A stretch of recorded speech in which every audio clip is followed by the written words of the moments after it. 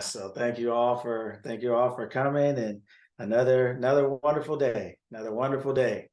All right. So always start off, usually with a little something to get us thinking. Or right.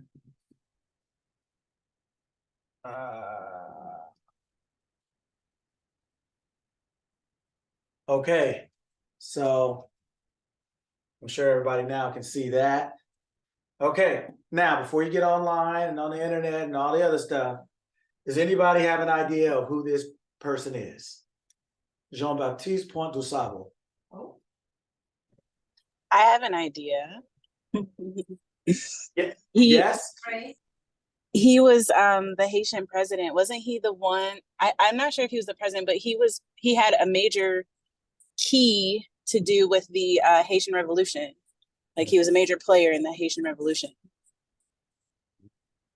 That is correct. It's part correct. What you said is correct. That's that's the Haitian half. That is correct. He was born you're right. And so now I'm talking about another half, but your half was 100% correct. Yes, he was. Yes, he was. Anyone else? That must have been Ray too. Yeah. Say the name again. I like the way you said it. Jean-Baptiste Point du Sable. Ooh, ooh, ooh, ooh, ooh, ooh. Yeah. I like it. Right. You've got the accent on point. Yeah. Well, I went to early school in Belgium, and so my school spoke French only. So it was the first language I spoke outside of the house. My parents spoke English. I spoke English, obviously, but I went to school. I was educated young in French only. So, like riding a bike, some things just stick. That's really dope. Yeah. So okay, Jean-Baptiste, right? He was like Ray said, a Haitian, right? He was born in Haiti, and he basically migrated over to the Americas eventually, and he eventually was what we became. No, he settled in the Chicagoland area, right? What they call the natives called as Chicago, which was a word that meant like smelly air. There was a lot of onion fields and things like that back in that area back in the day, like off the river and stuff like that, off Lake Michigan. And so there was a lot of onion fields, and so it didn't smell too good back then. But anyway, so he came and settled into that land. When he came and settled into that land, he was the first non-native person to settle in that land. And so he spoke French, Spanish. He eventually came to speak the Potawatomi language that when he was kind of inducted in, taken into the tribe. And he spoke French, Spanish, English, and eventually Potawatomi. And so he has been recognized recently, well, it was 1968 in Chicago, as the founder of what we know now as Chicago, as the city of Chicago. So he was able to be a peacemaker between the influx of immigrants who are coming from other lands, as well as between them and the natives who are already in those lands. And so he was, dude was super successful. He had an 800-acre estate. He had a mill, a dairy. He had a paper mill. He had all kind of things going. But he was a Black man born in IT. His mother was Haitian. His father was a French mariner. And so, but he was actually Lake Michigan. Was it Lake Michigan? Lake Shore Drive. I'm sorry, Lake Shore Drive. I lived in Chicago for a year. Lake Shore Drive is the big drive that runs right up in front of Lake Michigan. The Chicago Bears football stadium is right there on Lake Michigan as well. And Lake Shore Drive is a big, huge drive that runs up and down, especially through the city proper, right through downtown Chicago, right before it, right in it, right after it. And so they just renamed that after him. So he was a Haitian man who came to this country. And Ray say she's literally on Lake Shore right now. yeah, okay, yeah. That's it, right? And so that's who this was. And so he has been acknowledged now as the father of what of modern day, what we would call Chicago. He was the first one to have a modern settlement in what we call Chicago City. They said like now where the Apple store would be like downtown Lake Michigan, right? So that is who this person is. So it's always just nice to know whether it's history or whether it's about health or just things that aren't commonly known that are true, that aren't commonly known. So I always like to start it off with something like that. And that's who this person is. So you can definitely feel free to look him up. But he was pretty remarkable guy, right? Pretty remarkable guy. All right. That is nice little stretch, nice little warm up. All right. So today we're going to be talking about a couple different things. Always, you know, we talk about a couple different subjects, but the base is always the same, right? As you believe yourself to be, as your dominant thoughts are on a daily basis about whatever area of your life you are thinking about, that is what you are or what you're becoming. So it is important to really be mindful of what those things are. It's important to be cognizant of what it is you're thinking, right, on a consistent basis. What's your immediate reaction to something, your immediate response to something? When someone says something to you, or when you're driving down the street, or when you have your business, or when you cough, what is your immediate reaction to the everyday things of life, right? Because that lets you know what your dominant thoughts actually are, right? And what your dominant thoughts are, that's actually what is showing up in your 3D screen of life, right? So we're going to always be talking about things like that. So today I'm going to start off with actually the homework. We had a couple different things, a couple different homework items, right? Who did them and wants to volunteer and tell me what they got from it, what they thought about it, and things like that.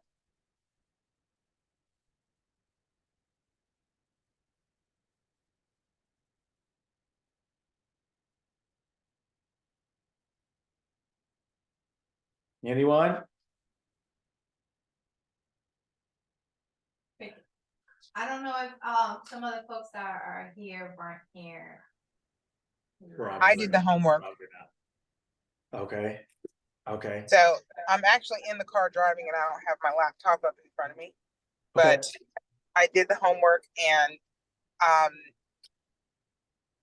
it was exciting and scary. So it was probably the worst roller coaster ride and the best roller coaster ride of my life. Okay. All right. What did you find for yourself? From your experience, what did you get from that? Well, it was kind of a 6 of one, half a dozen the other, because everything I've been learning in the past few weeks on these Saturday calls, you know, I want to apply that in my thought processes, but you know, I just can't do that. You have to look at what your thoughts really are and what your mind really is. And what I identified with is my mind is amazing in that it has the capacity to provide me with these big dreams and big goals, but so has me down. Oh, okay. I think you're going out a little bit. Dreams right. and desires. Ah, okay. Okay. Okay. So really as we go on this journey, right? You start to learn that the same place your dreams and your nightmares are coming from the same places, right? And they're just two sides of the same coin. The two sides of the same coin. So the key is to keep the coin on the side that you want to see, right? And so it is like we talk about every week, it's a lifestyle. It's a discipline. Just like it's like any other lifestyle in the sense of it's something that you do every day. It's a way of living.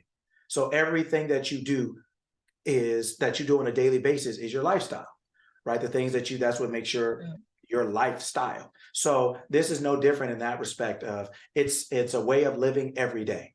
And so it may be a different way of living, but it's still a way of living every day, right? So in order to get hold of that and control that and to have an understanding of that, it's something that must be practiced. It's a discipline, like a martial art, like being a good student, like anything that requires repetition, right? That's what Hebb's law is. Hebb's law is a law that basically says, kind of Joe Dispenza talks about a lot, you know, the thoughts in the mind that fire and wire together, you know, they synchronize, right? So the more you think about something over and over and over repeatedly, right? That's why I say you become what you think about most often, right? So the thoughts that we choose to think about most often, that we choose to meditate on, entertain, that is what we become. We eventually become that because we become what we think about most. That's why it says, as a mind thinks, as a mind thinks, so is it, right? According to your faith, according to your expectation, right? Be it unto you, right? All those different things. So we're constantly thinking about something. So what is it? Is it to our highest and best good? Is it to our advantage? That is what we are constantly doing. We're always assuming ahead of our evidence. So we have to be mindful and aware and catch our assumptions and make sure they are our predicted desired outcomes, right? So we're going to talk about that as we always do more and more today. So right now we pull up that parking lot thing. Okay, so all right, so everybody take a look at this picture if you can take a look. If you're driving, just take a quick glance and get back to it, back to the road. All right.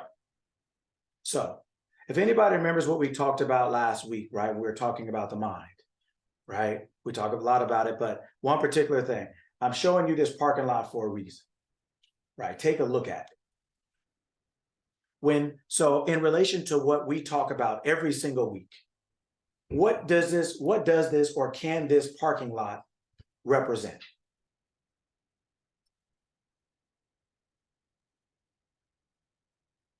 I'm gonna just take a wild guess Yes. and say that it can represent the clean slate of us, like kind of like deciding what's about to go down, like what's about to happen. Okay. Like that one. Okay.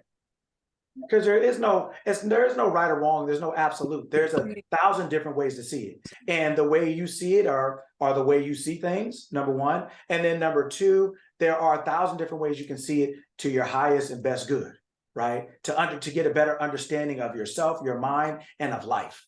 Because that's what today is about, right? Life, you, and things. Right? How is your life going? How are you going? And how are your things going? They're all connected. Right? Almost like a triangle, right? So in the chat, Bess put the mind waiting to be filled with thoughts. Okay. So the mind waiting to be filled with thoughts. Yes. That's good too. I have a thought. Yes. I see. Someone else can go ahead, go first. Yeah.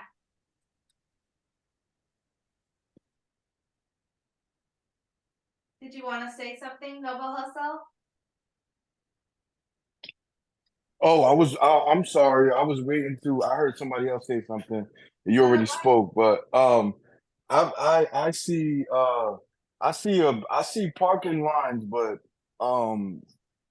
in the sense of the way Coach Lucky speaks about being outside the box, the first person who parks sets the tone, and you don't necessarily have to follow the lines. Okay. Okay. And Beto, what are you gonna say? Leslie, what are you gonna say? Yeah. So Hello. I'm in the mindset of the six of one, half a dozen of the other, in that the availability of positivity and the availability of negativity can consume the same space. It's what you do with it. Okay. Awesome. Anyone else? Anyone else?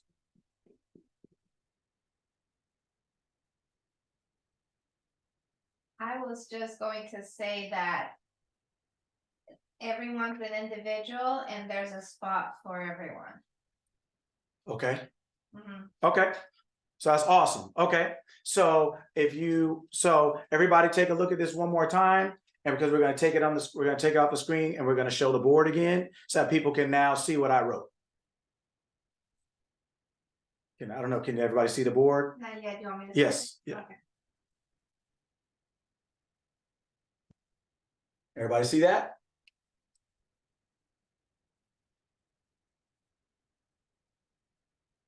Everybody see it? I'm on my cell phone and I can't quite see it. So can you tell me what it says, Lucky? I can see it. Oh, Go sorry. ahead. Creation Go ahead. is Tell her what it says. creation is finished. Creation is finished. So you know how they say in one of the wisdom books, creation is finished. Right after the 7th day, that's it. There's nothing else being made. Everything is already here. Creation is finished. The parking lot shows you that this thing is finished. Now, all those different spots, what do those spots represent? Potential. Potential. But and when you say potential physically, what does that mean mentally?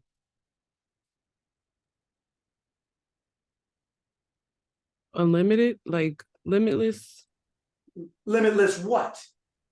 possibilities. Yeah, but possibilities, yes, but what would we call those possibilities? What would we call those mentally? Ideas? Ideas. Every one of those spots are an idea. They're a possible idea. But if you look at it in that parking lot, what was missing? People? Cars. So then in your mind, you have ideas. They're like parking spaces. What does a parking space need? Cars. What does an idea need? A vehicle. What does an idea need? Driver. What is the driver? Person, What is the person? a self, What is the creator. self? The creator. What is the creator? I am, Yeah, and what does I am represent? me, Well, what is that? Power. Power, yeah. But what does power need in order to be powerful? What has to happen before power is?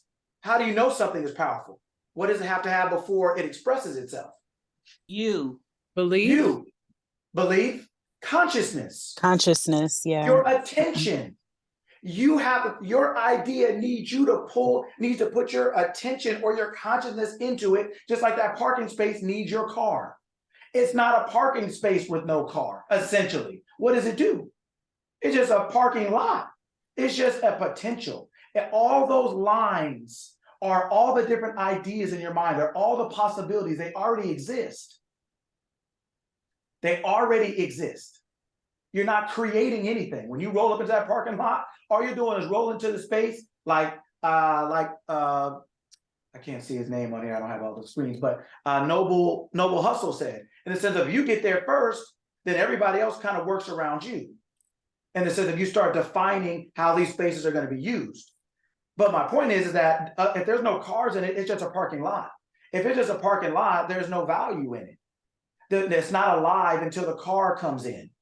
Your idea doesn't become alive. It's just a possibility. Everything you guys said was right. It's just a possibility. It's just an opportunity, right? But it doesn't matter or mean anything until the car pulls into it. It doesn't become valid or valuable until a car pulls into it. It doesn't, your idea, the ideas you have in your mind to be, to do, or have, those are all the examples of those lines. See how many lines there were? It's in the mind, it's infinite. I just used a picture that you could see as many lines as you could, right? To realize that's how many options are in your mind. That's how many opportunities are in your mind. But they are not living until you, the real you, God, creation, power, all that stuff, meaning until your consciousness says, okay, now I am this. That's like pulling into the spot. I am this now. When you leave, I'm no longer that. When you back your car out, that spot becomes blank again. That spot doesn't make you come there or prevent you from leaving there. It's only there to provide you with an opportunity. You have to decide where you're going to park your car. How far are you in relation to the front door? Or do you may not want to park your car next to this car because they got too many dents on it and they don't have no problem denting your stuff up, right? They may have no problem. You may have to realize who you're parking next to, who you're talking to, who you're thinking like. You have to be mindful, just like those parking spaces. You have to, there's order and discipline in your mind, right? That is a part of safety. That's a part of allowing all the other things to exist in front and back and on the side of you.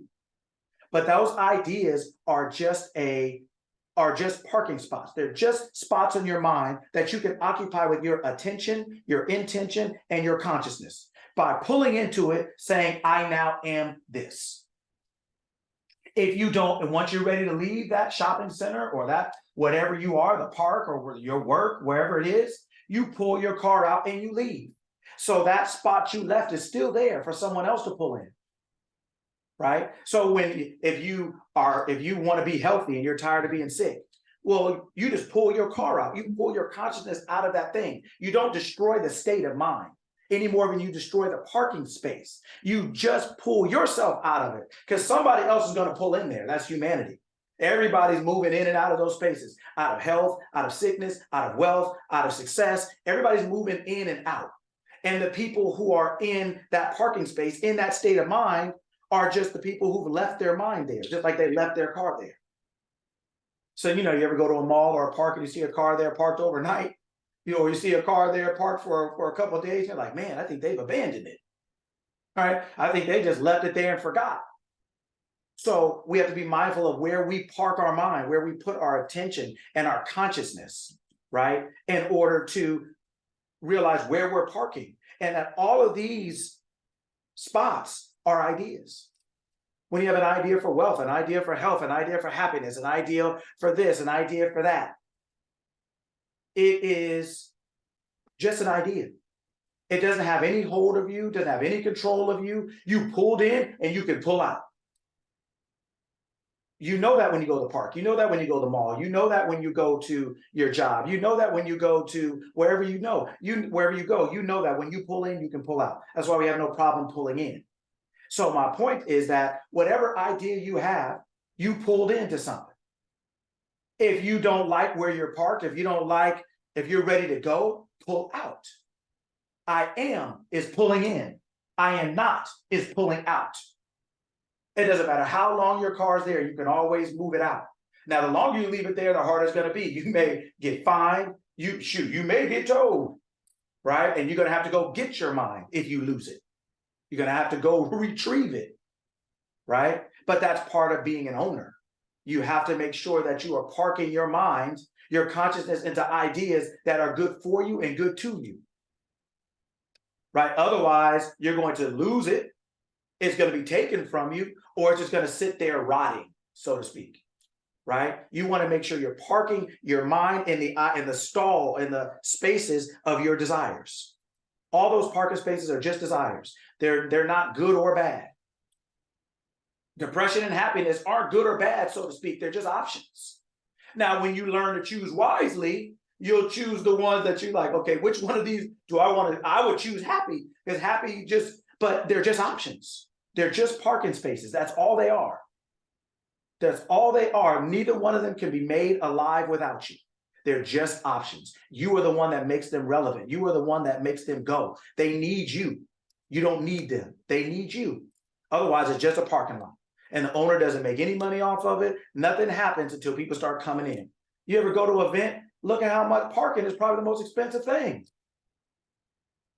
Generally, if you go to a football game, a basketball game, you go to a concert, parking is what'll get you. People walk 5 miles to pay less parking. Get a great outfit and walk 10 miles to save $50 on parking. Right? Parking is the thing, right? So wherever you're parking your mind, that is where you are in relationship to your dream, your desire, all the good you want or the bad you don't like. Where are you parking your mind? What are you giving life to in your mind? What parking spaces in your mind are you filling up? That's what that picture, and it represents everything everyone said. But that's why I showed you that picture. I want you to understand that everything in your mind is that creation is already finished. You are not creating anything. It's just not possible. Creation is already finished. Everything that will ever be here is already here. But we only become aware of what's here, right? Which we call an idea, which we call, oh, whatever it is, right? But if I were to write this word, right, manifest, what does that word mean? What does that mean? What does manifest mean? To create, really, to bring something into the physical. To bring something into the physical. Yeah. That's basically what it means. So if you're bringing something into the physical, you can't bring something that doesn't exist, right? So if you're bringing something that already exists, then it already existed. So then the goal of manifesting is not about creating anything. It's about bringing something that you don't see into with your physical eyes and from your 3D world, bringing it from your 4D, bringing it from your mind into your physical world. That's what manifesting is, bringing it from the unseen into the seen. But you're not making it exist. It already exists. You just can't see it with the mind you're in. With your perception of yourself, you're only seeing life through your lens, the lens of your self-concept, the idea you have of yourself. Through your self-esteem, the value you have of yourself. That is what dictates and determines, that is your prescription. That is your visual prescription. That's whether you see in 2020 or 28,000, right? That is what is actually being, that's what you can see in your life. You're seeing through the lens of your consciousness, right? So you're not creating anything. So if you want to be healthy, you don't have to create health. Health already exists, just like that parking space. You just have to pull into it. You're not creating fear. Fear already exists. You're just pulling into it. You're identifying yourself with it. That's what pulling in is. You're saying, I now am. I'm afraid of this. I'm scared of that. I'm afraid this will happen. I'm afraid I can't do this. And I'm afraid of this. And since I'm afraid of this, then now I'm afraid of that. Since I'm afraid of this, now I can't sleep. I'm afraid of being broke. I'm afraid of being sick. I'm afraid of being this. Now I'm afraid I can't sleep. Now I'm afraid what happens if I don't sleep. All we're doing is identifying ourselves with things, right? Or you can go the opposite way, but they're just options. That's all they are. They're just options. And when you understand that, then you're not indebted. You're not confused. You realize it's just an option. I have the opportunity to pick whatever parking space I can pick, whatever is available, I can pick it. All those spots are available in your mind. You are the only one in your parking lot. You're the only one in your parking lot. All those spots are for you. Everybody has their own own parking lot. And just like you saw in that picture, all those spots you're the only one in your mind that has those spots. Everybody has their own parking lots. So you could take any of those spots you want, the front, the back, the left front, left back. You could take whatever way you want to say it. That's what it is. And if you don't like where you're parked, if you don't like what you're getting, pull out of that spot. Put it in reverse, put it in drive, hit a U-turn, hit a three-point turn, whatever it is, get out. Just like you got in. A lot of times we don't get in consciously, but we're still in. And so if you look around and you see what's going on, you can tell if you're in or you're out. So the goal here is to be conscious of where we are so we can either stay in or get out and go into something that better serves us. Right? So that's what that represented. So everyone has that parking space, that parking lot in your mind. Choose what you give life to. Choose what you're pulling in, what spot you're pulling into. Right? Because that's where you're parked. That's why it's called a parking lot. You're parked, you're stopped right there. So if you park in the wrong spot, you're stopped right there.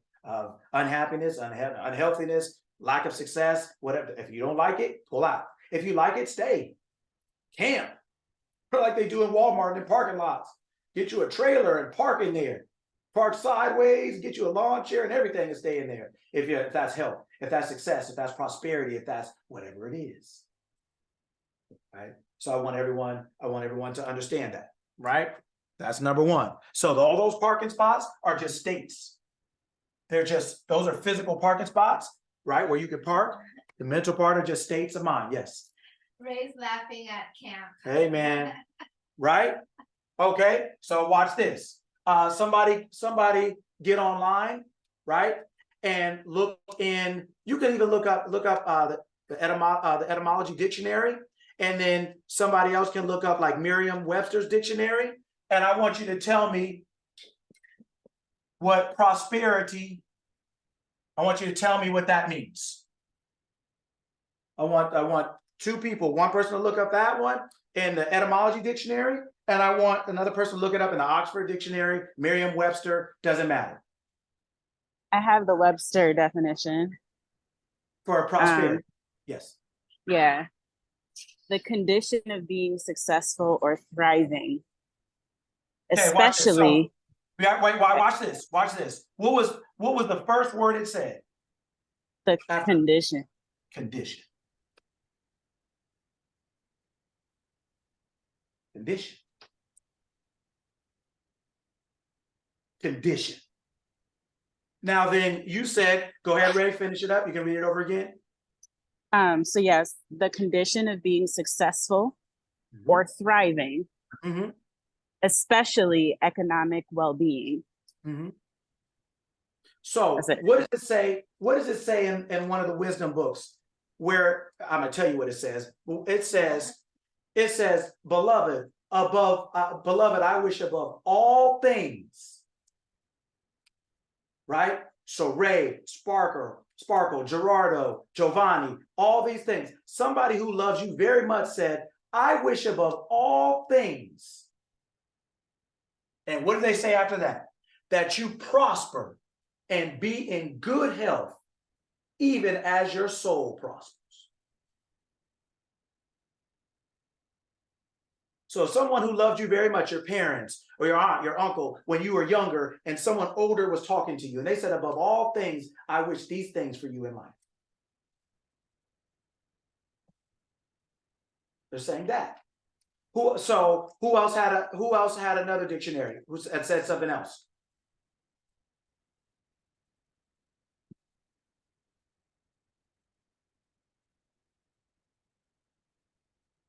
What was the other dictionary that you were looking for? You can do Merriam-Webster's, Oxford Dictionary. You could do either one of those two. I just want you to see, I want you guys to look it up and see for yourselves. That's what we do here, right? It's not just sitting around. This ain't school or no old school church. Everybody sitting around with their best outfit on and listen and lead.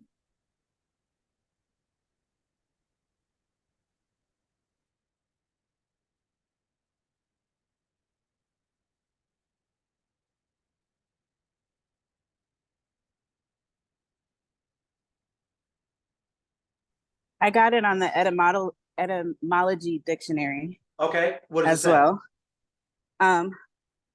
Flourishing or thriving condition, good fortune, wealth, success, anything good or desirable. So when you said flourishing, wealth, success, and everything on all those things, what are those a result of?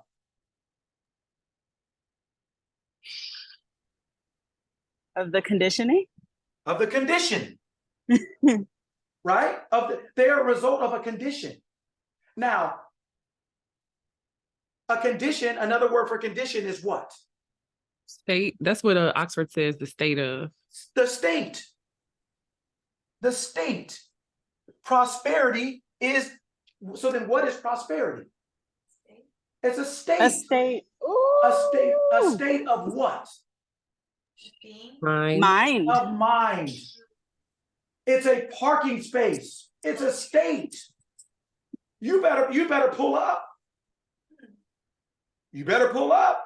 Come on, man. We all got friends. Hey, what you doing today? Oh, I'm over here at this barbecue. You know, my kids and their friends. Oh, what you doing? Oh, nothing. Well, girl, pull up. Right? Homie, pull up. Yeah, come through. Is it prosperity? It's a state, and everybody's hustling. Everybody's hustling, thinking they're creating some. Everybody. So, okay. So we just talked about, right, your boy Jean-Baptiste, right? Even though he is the founder of Chicago, did he create the land? No. No. He just came upon the state. He came upon the thing that already existed. And he was like, you know what? I'm gonna settle right here. And what happened toward the end of his life? He had 800 acres, a sawmill, a paper mill, a dairy. He had all kind of stuff jumping. He had a house, they said, so big that it was a cabin so big, they said it was ridiculous. Back then. He had a wife, 2 kids, right? He was doing it back then. This was in the 1780s. He died in the early 1800s. But my point is that everybody's got 3 jobs, staying up all night, hustling, grinding, and everything else for something that they can't create, essentially. It's a state. It's a state of mind. It is a condition. Like, who creates a cold? Who's in the back like, man, you know, I'm gonna stir up this flu. And then, like, who out there? No, it's something that you come into. Then you say what? I am sick. I am has a cold. I am is possessing a cold. I am is in the possession, right? You're in the possession of a state. You're in the possession of some land. But that's physical, but the physical is always governed by the mental. You cannot have a sick body with a healthy mind. It's not possible. It's just not possible. It's just not. It's not convenient to say. It's not common to say. Hurts a lot of people's feelings. But, you know, you can either be successful or in your feelings. You can either be in a mansion or in your feelings. You got to pick. I tell people all the time, they'd rather get in something that they dying to get out of. You'd rather be in your feelings. Your feelings got you broke, sick, mad, lonely, upset, and everything else. Right? Or you can be in the state of prosperity. And just like Ray read it, and just like my other friend over there read it, that she read it, like, it's a state. It's a condition that dictates all your thriving, all your wealth, all your success, and everything else. It's a state. So all you have to do is pull up in your mind into the state. Pull your consciousness up into the state of prosperity. How do you do that? By attaching your consciousness to it. Just like you attach your car to that parking space, that parking spot, you say, I am prosperous. I am healthy. I am wealthy. I am prosperous. Everything I set my hand to prospers. I am above all things prosperous and in good health, even as my soul prospers. You pull your consciousness up into that state. And the longer you're parked there, the more of that state you're going to start to see expressed in your life. The state expresses all the things you're trying to hustle for. It's already got it.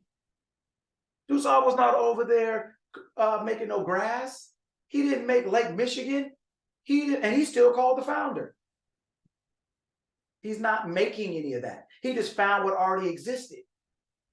You're not making prosperity. It already exists. You just have to pull up. You have to pull up and enter that state into your mind. Just like you park that car and that parking space become one. You in between the lines, right? It's the same thing. You get in between the lines of prosperity in your mind by assuming yourself to be. Yeah, I've already sold my vending machine and I got better money for it than I even thought. Why? Because I live exceedingly abundantly above all that I ask or think. Always. I'm always winning. Everything is always working for my highest and best good. That's what we talk about when we talked about last week about you driving the car, cut the radio off and start talking to yourself, start talking that talk. Because now you need to sell a vending machine. Or now I need to find a space to train 2 weeks ago. If I'm trying to fire up the car now after 6 months of just letting it rot and sit, it's going to be tough. Right? But if I'm talking to myself all the time, right? All the time, right? Then now you are literally going from a visitor to a resident of this state. Now you live in prosperity. You're there. You got your address there. You got your phone number there. You got people coming to visit you there. You're in a state in your mind, condition. It's a condition. It's a thing you're in that's holding you. It's a state, right? That produces its own self. Just like New York in January produces snow, right? Just like California in August and Florida in August produces heat and everywhere because it's summer generally. But the point is that each state produces its own thing. Each state is known for its own thing.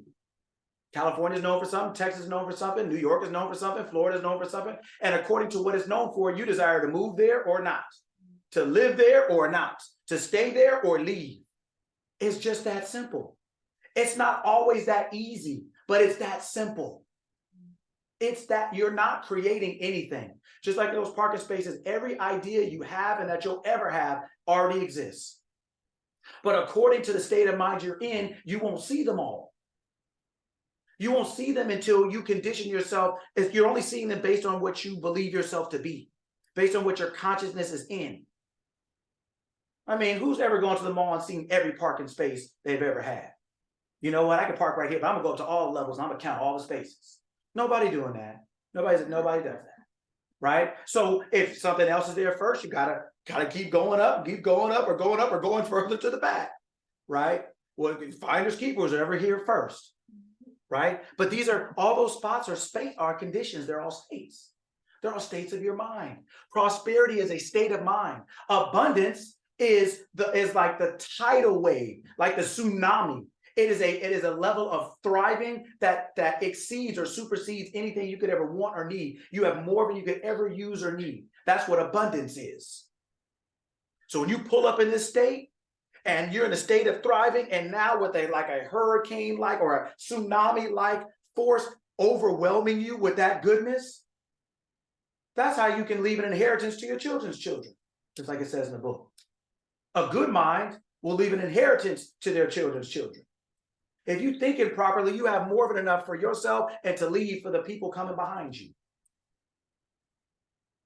But we'd rather sacrifice and give them some Pop-Tarts today instead of give them a mansion 2 years from now if we can think different. There's no honor in the struggle. I know everybody likes to glorify it. I'm not really into it. I'm good. I'll pass. Right? But what you have to do is move in your mind. You have to move. This is a state. Prosperity is a state. Health is a state. Poor health is a state. They're all parking spaces. You have to figure out which one you're in and take a look around. You'll see. And if it's one you don't want, hit the reverse, hit the drive. If you got to hit a couple cars on the way out, just look around, make sure nobody saw you and keep it pushing. Oops. Oh, they'll be all right. Right? And keep it pushing. Right? But make sure you know where you're parked. Make sure that's what prosperity, it's a state. These are all those parking spaces are states of mind. I want you guys to understand that today more than anything else I tell you. Everything is already created. Creation's finished. You are not creating anything. That's not your job. You already did that before you got here. Everything is already here. Everything you could ever want as humanity and as each one of us as individuals, we have our own dreams and desires. Every one of those dreams and desires are just parking spaces. They're just places you can pull up. But those possibilities, those dreams and desires can't do anything for you. They need you. They need a living thing to make it alive, just like that parking space. Otherwise, it's just some lines. Ask a 2-year-old what that parking lot looked like. They'd just be like, it's just some lines. They don't know any cars supposed to be there. They don't. It's just some lines to them. It doesn't make any sense without the car in it. Right? So those dreams and desires don't make any sense without you in it. They have no life without you in it. There is no future of that without you in it, without your consciousness and your attention and your intention to be within those lines. And prosperity is just another one. Health is just another one. Wealth is just another one. Success is just another one. All the good things, but they're all just things. It's like sickness and poverty and everything else. They're just things. So you got to watch where you're parking, right? Watch where you're parking. All right. On to the next. Anybody have any questions on that before I move on? I was hoping you asked that question right there. I was hoping There you go. All right, there you go. Okay, so 2 things, and I want to make sure I remember, because I know me. I want to make sure I remember. Okay. Number 1, I tell people left and right everywhere I go, I don't pay bills. And the reason why I say that is because as a femininity coach, I explain to my sisters who feel as though they have to carry this load of life on their own. That's not real. Somebody lied to you. Somebody lied to me. I unlearned. I want to help you unlearn that being provided for is a reality. It's very much a reality. And so as you were speaking, it was just like, man, I love this space so much. I hate when I have to miss a day because I love this space so much. My question though, yes, for those who I get the gist of the answer that you're going to give. I already kind of understand that, but I still want to hear it from you in your language.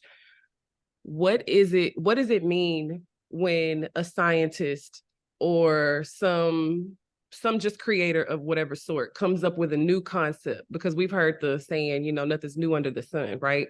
that means different things to different people. But when someone creates something, they feel as though, or they invent something, I have air quotes when I say that, when someone invents something, they feel as though they are the first of XYZ. In the reality, I realize that in the metaphysical, everything is already here. Like you said, we're just pulling up. We're just deciding, I want to focus on this now, and I want to make this thing. I want to be known as the person who brought this to the forefront, but it was already in existence. So help me, in essence, and then I guess others who feel as though, you know, this person is the father of this person is the mother of that, this person created this. How did they not really create it? They just pulled up to it. Can you kind of break that down a little, if you don't mind? Mhm. So like Thomas Edison, right? Well, so Thomas Edison, he was so-called inventor of AC, alternating current, right? Nikola Tesla was the so-called inventor of direct current. So both of them were into electricity, but they had two different versions or visions of electricity. Electricity has 1,000 different versions or visions. So let me answer it even a little differently. Just as many parking spaces as there are, like you saw in that picture, there's us as people. So even though the parking spaces look the same, they're still different. They're one's to the left, one's to the right. If they're not, they're still in the same parking lot, but they're different because they're not the same.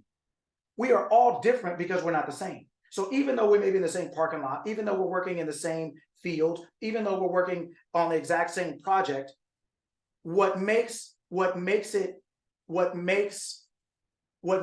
we do, so-called the father, the mother, the inventor, or whatever else it is our uniqueness that we add to the thing. It's not the complete difference of the thing. It's just our own little twist on it. It's our own little twist. Like I've taught, played, and coached basketball for over 20 years, 30 years playing. And if you look at people's basketball form, some people shoot from here, some people shoot from here, some people shoot over here, some people, like everybody is expressing, like even though it's all shooting form, so to speak, everyone's a little different because it's an expression of their difference. So you have to do things differently because you're different. You don't have to try to do it. You automatically do it because you're just different. Doesn't mean a whole world of difference, but just enough for it to be seen differently, right? Whether you're shooting, whether you're talking about electricity, whether you're talking about, you know, coaching, coach to coach, everyone does things differently. So everyone is the founder or the father of something because you are the only one that can ever do what you do the way you're doing it. If there can never be another one like you, then no one can ever do what you're doing the way you're doing it. So therefore you can't, so that's why competition is not a real thing. But the actual etymological word of competition actually means to strive with. People think it means to strive against. It actually doesn't. It means to strive with. It means to work together to get something done. Because we can't compete if we're not the same. You can never be me and I can never be you. So how can I compete against you? My best me and your best you are not the same. So we're not on equal footing. We're not, right? So that's the thing, right? Is that, so when people say, oh girl, there's another barber, a beauty salon right down the street. Why are you gonna have one right here? Because she's me and she's her and I'm me. And if I want my spot on this corner, well, I got to go 6 more miles because she over there. I ain't hating on her and I ain't got to take nothing from her. I can't take anything from her if it's hers because I can't be her. I may not talk as loud as her. I may not twirl the hair as well as her, but I do something that she can't do, right? Not in jealousy or in opposition, but just in our divinity, meaning our individual reflections of ourselves. We can't be copied. We can't be duplicated. So how can our outcome be? So we don't ever have to compete against anybody, but that's the human carnal mind that comes down from creation to competition. And you lose every time when you do that. You stop being you stop being your greatest self. When you worry about what everyone else is doing, how many other people are doing it, so what business are you going to start that nobody else is doing? What are you going to start? What are you going to do that nobody else on the planet is doing? Nothing. So you can only, right, go ahead. I was just thinking people just gonna stress themselves. That's all you're gonna do that nobody else is doing. You're gonna stress yourself into the grave. Because I don't promote competition. I promote collaboration because what you said, what you do is unique in its own way. What I do is completely different. And so many people get in the way and I just move them over. I just, okay, it's not your time. You're not ready. Because we are collaborating here. We are not competing. Oh my goodness. Inspiration from you is only going to add to whatever uniqueness I have to create. I'm the mother of this. You are the mother of that. I'm complimenting you. I'm complimenting you. I'm collaborating. Anyway, you stepping all on my toes, so I'm gonna step off because I needed that. Thank you so much. Oh no, it's my pleasure. But I'm glad we asked questions because we all get to hear things. Like in the business world, especially for entrepreneurs, especially, we have this fear of competition. Well, how much are they online? Well, how many posts they do today? Well, how many followers they got? Well, how many this or that? And all of it is fear driven. People try to act like it's some game. People try to act like you got to out hustle the next man and you got to do this and you got to do that and the next this. And it's like, no, as long as I'm being me, as long as I'm being my best self, right? Then if there's no one else that can beat me, then my best self has to be enough. It's got to be enough. So if it's enough, then it's enough. Just be that. Be enough. Be all of yourself. And so people compete. They come down from their God mind to their human mind, where they are afraid of everything, Well, and so it just makes people lose their mind. They lose rationale. They lose reason, and they don't value themselves. They're worried about what everyone else is doing, and they just don't. It's just fear. It's just ignorance. It's just thinking that you have to out hustle, out work, that's not what you're doing. Right. So, but a lot of people don't know better. That's why the questions you ask, that's why us being here on Saturdays is for us to know better, because when knowledge comes, fear leaves. If they're automatic, they can't be in the same place at the same time. So when you know something well enough, it automatically alleviates fear because you know what something is, what it isn't, how to use it, how to not, for your highest and best good all the time. So that was definitely a great question. Great question. Okay. Which goes into it. So,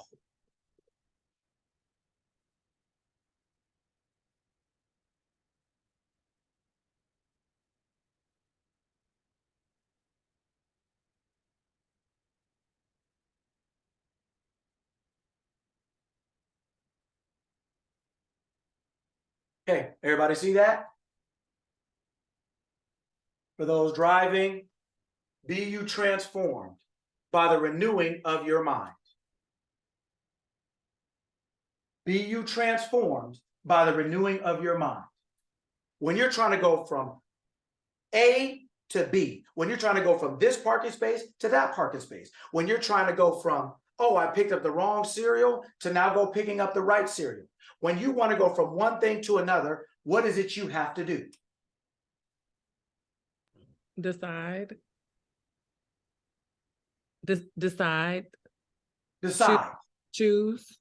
Okay. What is it? What does this say? How does it say to transform yourself? Renew. Renew. Change your mind. I'm in this parking space. I thought it was a good idea or didn't know it was a bad one. Now I changed my mind. I'm moving. As soon as you change your mind, you move. You don't move before you change your mind. If you are not healthy, you're not going to get healthy until you change your mind. You're just not. Everybody wants to act like you can take 1,000 pills, 1,000 medications, 1,000 this. You're not. If you're broke and you want to be rich, you're not going to be rich until you change your mind. It's not personal. It's a law. It's not personal. That's why they're telling you. They say renew. How do you transform? How do you change where you are or what you are? How do you go from one thing to another? It says by the renewing of your mind. Change what you're thinking about, how you're thinking about it. Change. It doesn't say by guilt.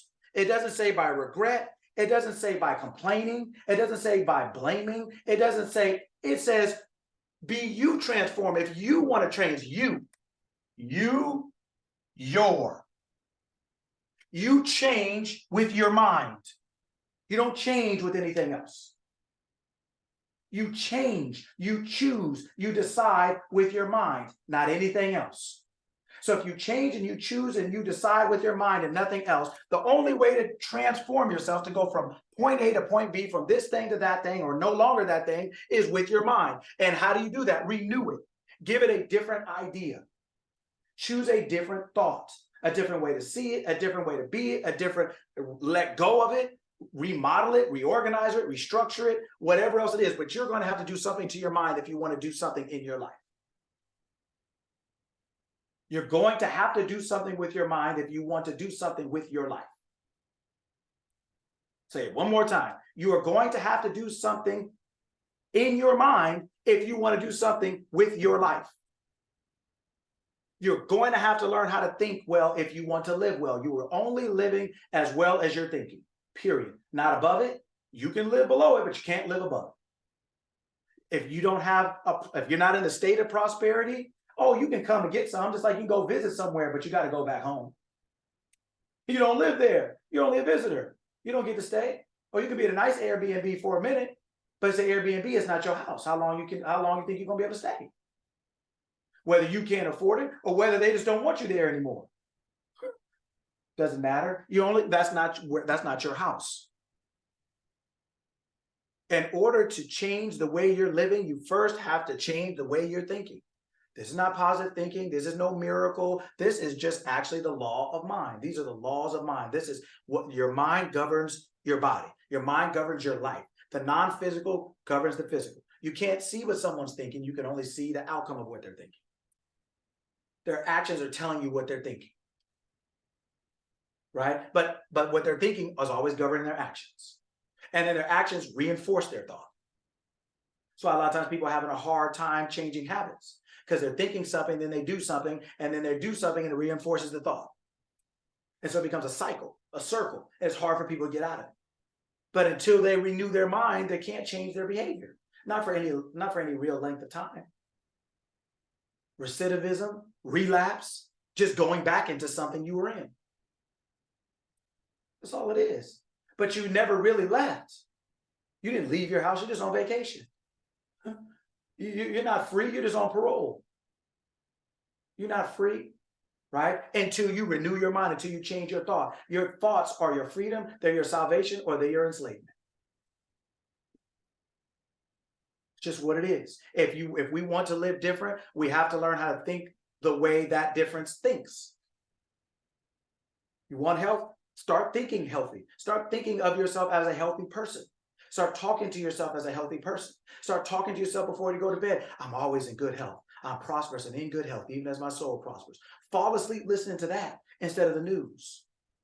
Instead of some other stuff, fall asleep with the TV on, listening to God knows what.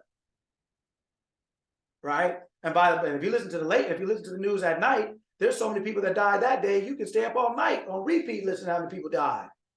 And how many robberies there were, and carjackings and shootings, and you going to sleep with that.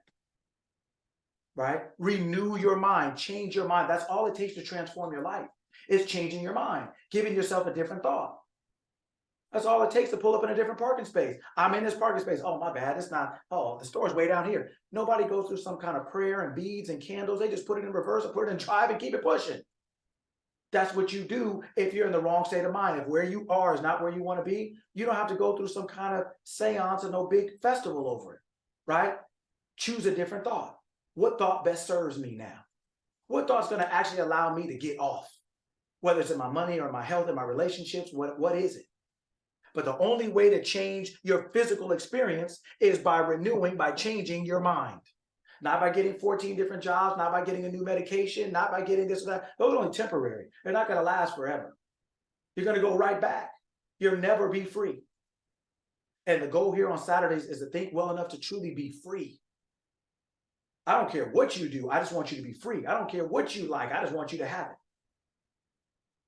But the only way for you to truly be free is to be the governor of your mind. I don't know if you can see the chat. No. Okay, so Sparkle Bailey said she doesn't have TVs in her home for that reason. It's unnecessary distraction, renewed mind, and children's mind. And she said they're fine just without TVs. Yeah. Right? Man, yeah. I mean, a lot of kids will never ask for a lot of things if you didn't give it to them.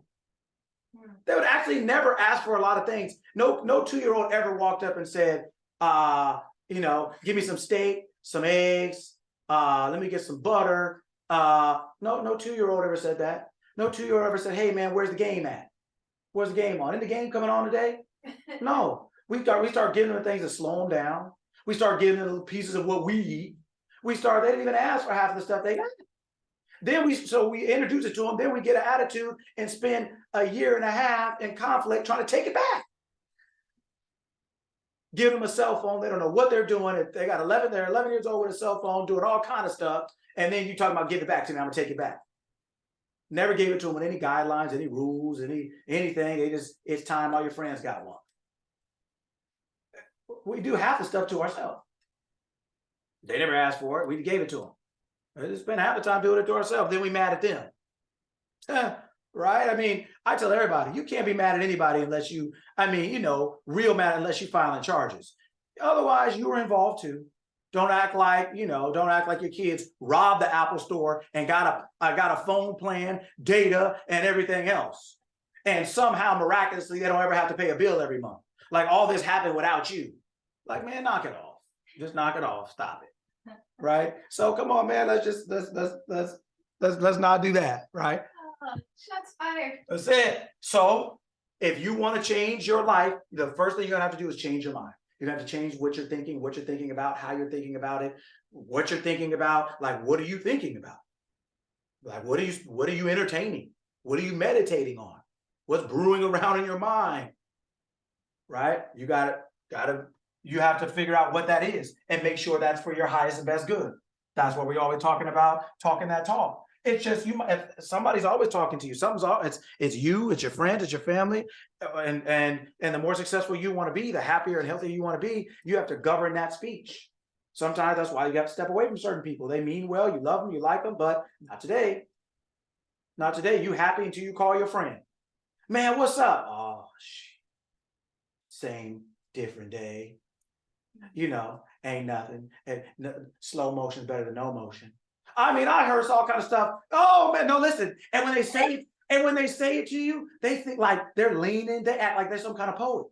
They act like they're Langston Hughes, like they Maya Angelou out here, like they kicking you something so real that you just want to. It's like did you and they thought it was cool. They thought it was like some real stuff, right? You call your girlfriend, oh girl, like this is some people you got to just send them a text and don't wait for the response. Hey, have a great day. And put the phone in your pocket and keep pushing. Because if you sit there and wait for them, you step out the door and they say, oh girl, my back is hurting, oh my leg is hurting. And now they messing your thing up. Like, nah, man, have a good day and just block them after that. Every morning, unblock them, have a good day, and then block them, put it back on and keep stepping. Hey, I love you. You my girl and all, but from over there, you got to do that. Schedule. Yeah, that's it. I got to block. That's it. Like my dad sends, I don't know how he does it. Maybe he has an Android or something, but he sends these texts every morning, and it's like 4 in the morning, 5 in the morning, whatever. And I'm up. It's all good, but like I know he's not sending this right now. So it's like, so sometimes you just got to schedule. Hey, good morning, girl. Have a great day, and just no reply. Like almost an email. Do not reply to this email. No one's checking. Just do one of them. Right? Hey, I love you from over there. But you got to stay over there with it because you get too close. People mess your thing up. So you got to be mindful, right? So that's another thing, right? Transform yourself by the renewing of your mind. Okay.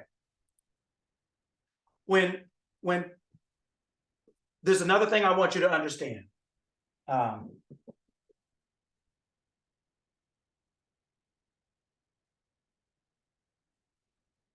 me write it different. Okay. Problem.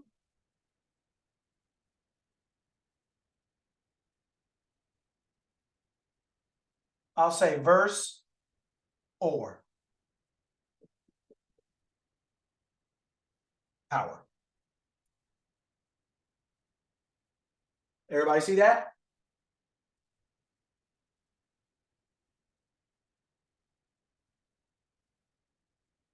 Problem, verse, power, or problem or power. You're going to have to figure out which one of those you're going to operate. So if I could put a word in front of problem, what word could I put? my, or your. I was gonna say your. Your, yeah, but that is an absolute, man, I'm so glad you guys participated and failed. You both Dang. fail, F, fail. You know what? Hold on, wait, because I gotta do it right. Oh, no, it's wrong, no, I need red. Red, Get the grade book away from Coach Lucky. that's it, because you guys are getting me upset. You be upset, F in the corner. No, right? So, no, because I want to show you something. No, I'm just messing with you guys, right? There's another word right here. I want you to change that. See how you put your? What? Okay, what are you going to put in front of power?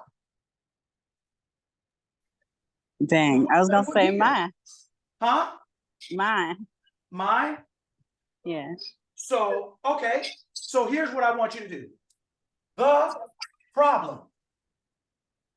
And my or your, right? If I'm talking to you, my if it's me, or your power. You have to figure out whether you are going to fixate on the problem or your power. You have to figure out which one.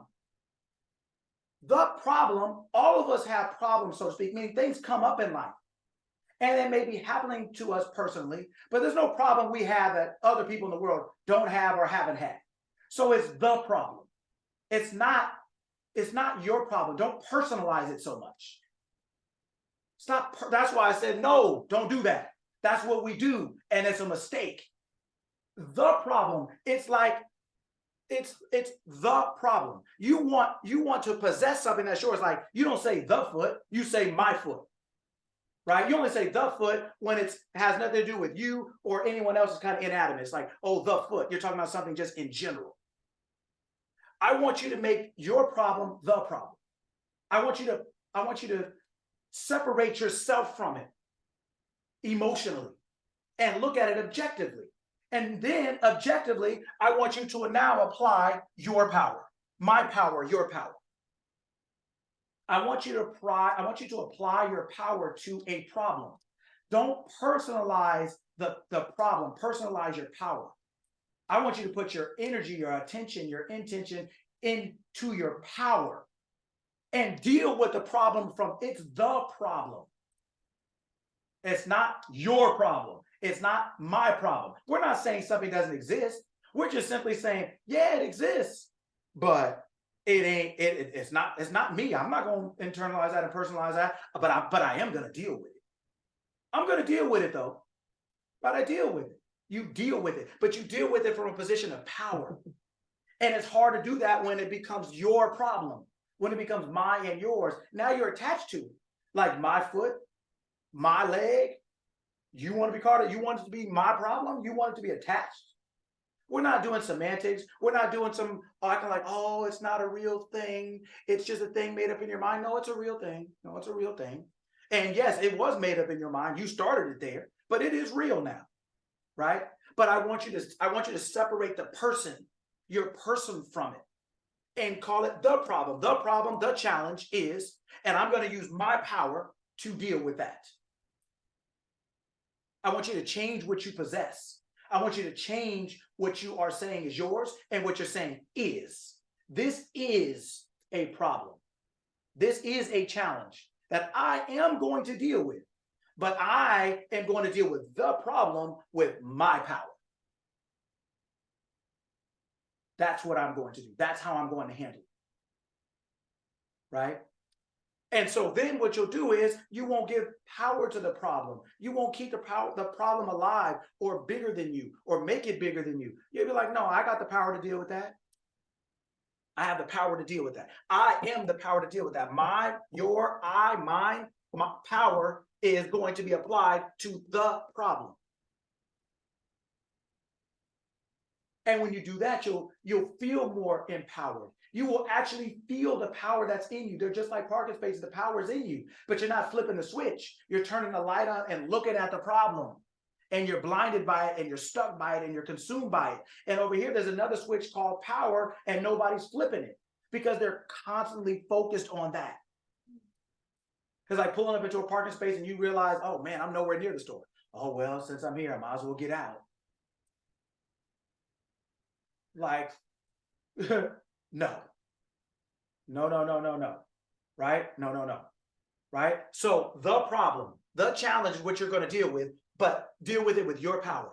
Only make alive, only keep alive, only fixate and focus on your power. And then you use all of that to deal with your problem, to eliminate it, to ameliorate it, to literally eviscerate it.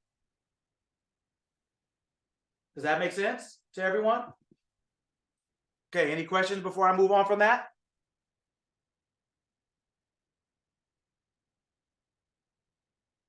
Okay.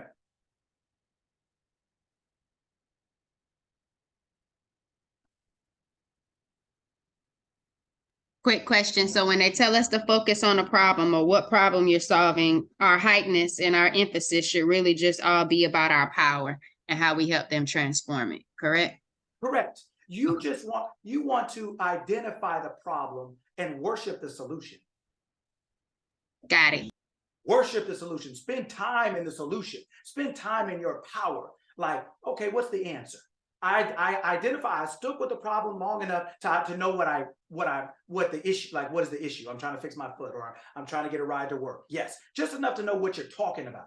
After you know what you're talking about, there ain't no other values thinking about this. There ain't no other value coming from that, right? Now you spend all your time in the solution, all your time in the power of solving this challenge. And the answer, right? And that's how the answers come, because whatever you give your attention to grows. Right? And that's why we have problems, and they get bigger and they last longer, because our attention is on it so much. And just like that parking space, we're pulling our car up in it. And so if I were to look at, if there were one car in that spot, everybody would focus on that one car because it's the only thing. So if we're only focused on the problem, that's where our mind is, and that's why all our attention is there, because it's the only thing we're focused on. So when we have a problem or a challenge, cool, what is it? Okay, once I know I'm only discussing it to identify it. After I identify it, then now I'm going to deal with it with my power. All my attention now turns back into who I am, to the inside, right? All right, Giovanni, did that answer your question? Oh yeah, Coach Lucky. Yes, okay, all right.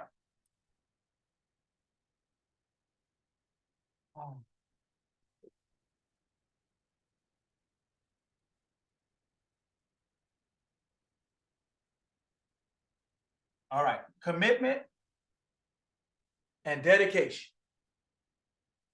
Commitment and dedication.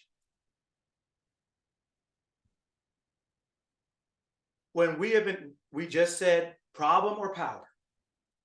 We've talked about states of mind. We've talked about all these things. What we are doing here, what we are talking about here, and what we should be doing before, during, and after here is, this is a lifestyle like we talked about. And it requires your commitment and your dedication. It does not require your money. It doesn't require your outfit. It doesn't require some candles, some beads. It doesn't require everyone else to agree or understand. It does not require that. All those things are nice and good, but they're not necessary. This is a lifestyle. Learning how to think so that you can live well is a lifestyle. It requires your constant commitment and dedication. It requires you to live this way daily. And we're growing. We're growing into it. But it requires us to live it daily.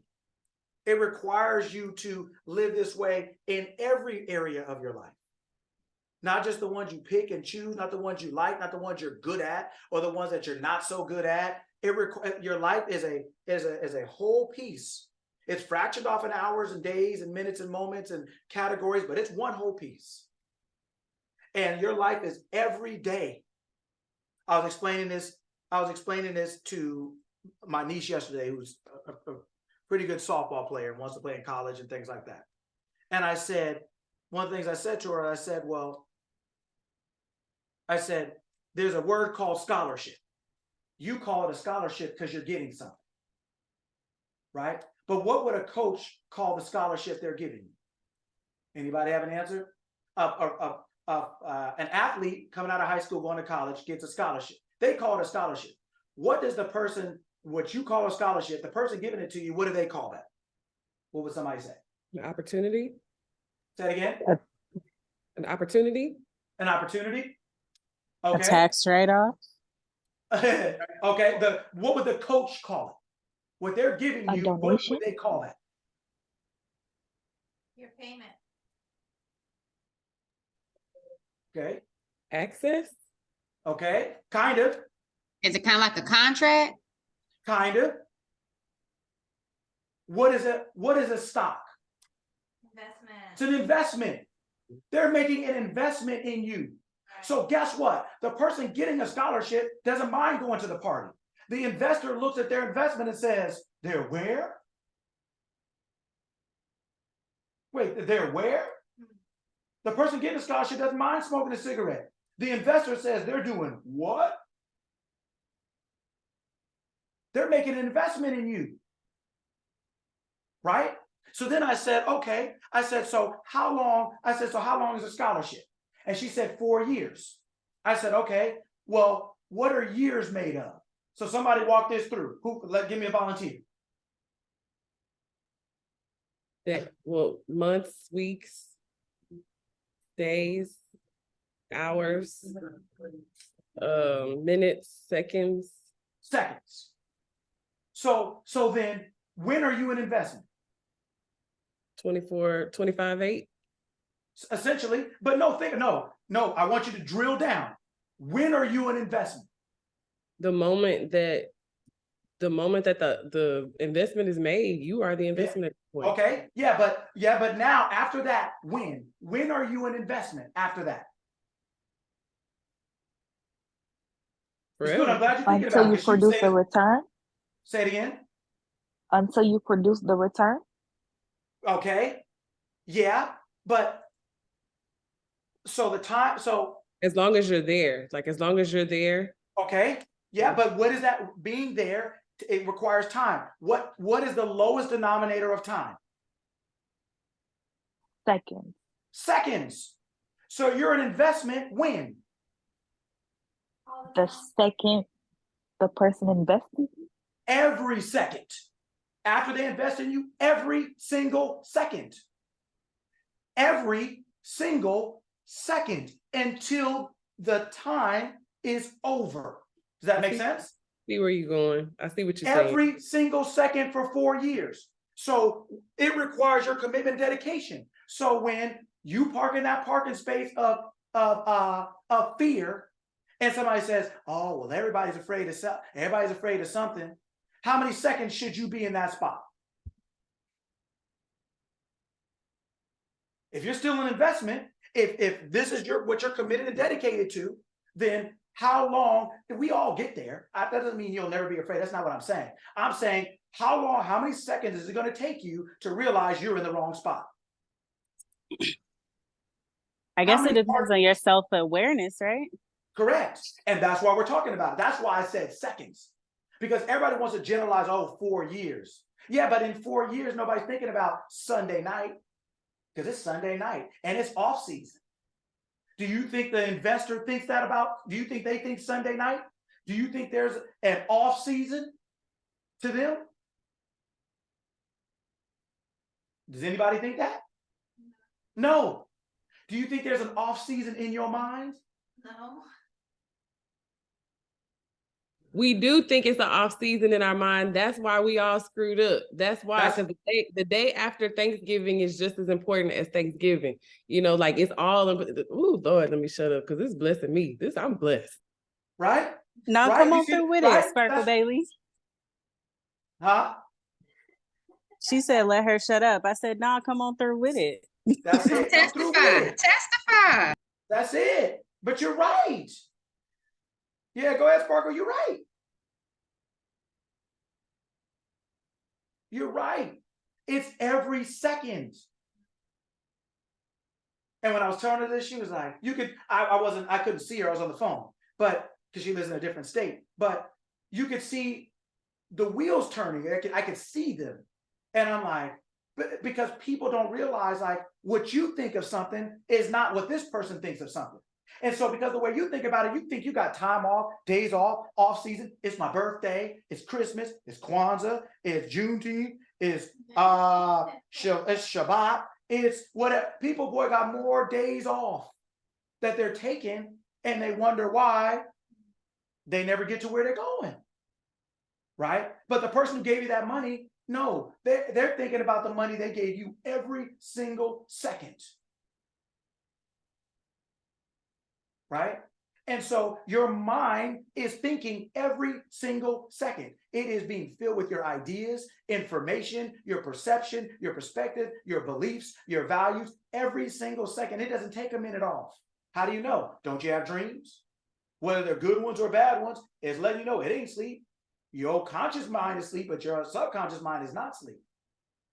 It's always working. It's never going to shut off. Your conscious mind will shut off and your conscious body will shut off, called death. Your identity, your subconscious mind never shuts off. It just takes these experiences and keeps it moving to the next. Because don't forget who you are, right? You roll all this up, your name and address, you roll all the way up, you get into I am. I am is God, is the creator, is consciousness. It never ends. If God don't die, I am don't die. Because that's the name of God in that book. Consciousness never dies. Not your subconscious mind. Your conscious mind, that's part of your human mind. So when you think you can take days off, when you think I can just, don't matter what I think today, I just, everybody got it. Everybody, everybody. Yeah, I'm not saying be some kind of weirdo and you're sitting there worried about every thought. That's not what I'm saying. I'm saying realize that what you think matters, and every second that you're thinking matters, and there is no break. Go ahead. Coach Lucky, confidence is currency. That confidence is currency. Your confidence is your currency. I hear you. I'm receiving what you're saying. So every second matters. That's what I'm receiving. Like every second, you don't get a break. You don't get a day off. And your confidence in your I am is your currency. That's what keeps you going when everybody around you is, girl, I'm taking it one day at a time. Girl, my back. Girl, no. Your confidence is what makes it okay to say, you are a great person, but you're not the person that I need to be. Like, you're not on my level. As you're speaking, I'm looking out the window and I'm just thinking like, man, the people who not like on this level, I keep putting people to the side. Like, you don't qualify. You're not on this level. Like, you don't think like this. So I just keep pushing people away. And sometimes you'll feel lonely, but then it's like, no, I'm not lonely. I am. I'm not supposed to rock with everybody. Y'all forgive me for raising my voice. I'm getting excited. I'm not supposed to rock with everybody. I want to help everybody. I want to be supportive of that. I'm tired. I started having problems because I wanted to help everybody else. That is insane. My currency. Like, I'm here for you. I'm here for everything you're saying. My bad. I'm gonna stop. No. Good. No. I'm excited because that's what we're here on Saturday. I want everyone to be excited. I want everyone to find themselves in the information and say, oh, I see how this is going to work for me. That's what all this is for. That's why I don't ever tell you guys what I want you to do or be or have, because I don't care. I want you to feel like you feel. So when you get off this phone, I want everyone to feel like you feel. Right? Go ahead. No, that was it. That was right. So, but that's why it also says in the book, don't cast your pearls before swine.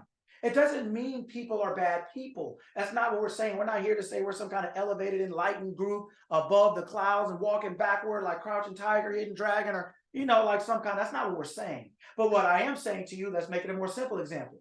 When you're up early and everybody in your house is asleep, you're essentially alone. Well, there's no difference in your mind. Sometimes you're awake and other people are asleep. So they're just not people you can rock with, because how can you talk to somebody who's asleep? You're not going to walk around the house. If they sleep and you walking around talking to yourself, you're not going to be mad because nobody else answered.